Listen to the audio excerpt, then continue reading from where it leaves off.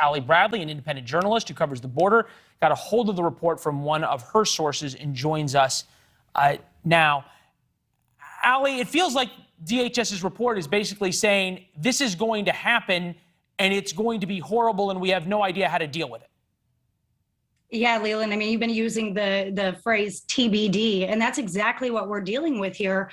Because when you look at this report and you go through what the responsibilities are that DHS is laying out, when you get to ICE, which is the Immigration and Customs Enforcement Authority that actually removes these migrants once they cross into the U.S., next to their responsibilities, it says TBD.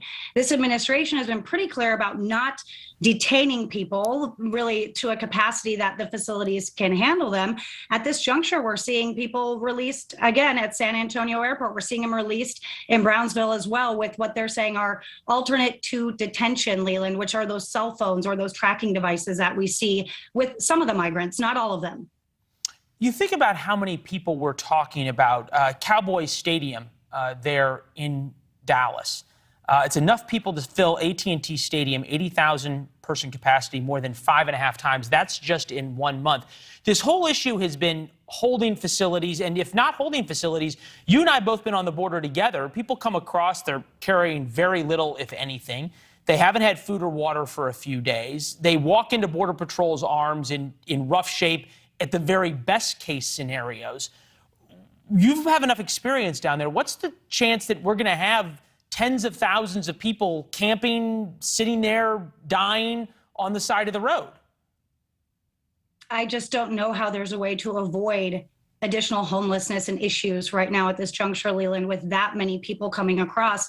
We can't handle the situation in our own backyard, let alone opening our door to expanding that backyard, if you will. But, you know, you talk about the needs of these people, and we know FEMA is activated. We know FEMA is down at the southern border already.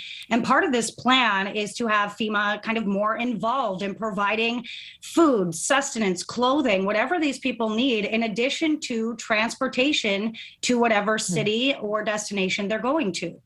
All right. So if you think about the Titanic heading towards the iceberg here, is there any attempt by DHS to try and turn the ship, to try and dissuade people to come to America in some way?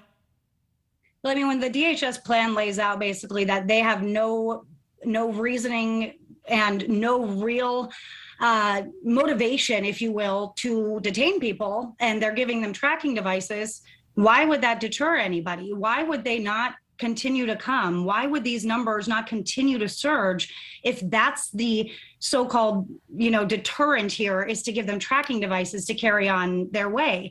We know right now that there are facilities closing left and right. Border agents are telling me they're set to close certain stations to move to bigger ones, to be repurposed and used in different areas. We know border agents in the northern areas of the country are moving down to the southern border as well. I've been talking to some gentlemen who are relocating to the southern border this weekend. So we know they are shifting around resources, but they're not creating necessarily any more. Right. Yeah. You move around the deck chairs. Okay. Your sources say May 23rd comes, you get this sudden surge of 10 or 15,000 people a day coming across.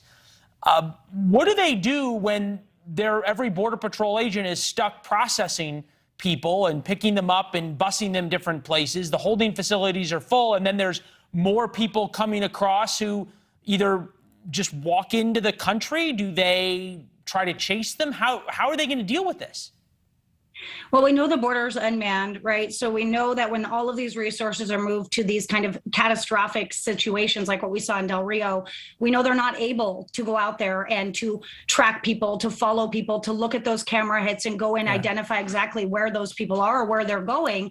That's just not going to happen. So when you talk about those 300,000 gotaways, Leland, you can only anticipate for that number to be substantially higher, as you mentioned. And then when you look at the plan, it says that they are making sure that there is space for 20,000 people in these facilities across the southwestern border. Well, yesterday alone, ICE is telling me that they had 13,000 people in custody along the southern border.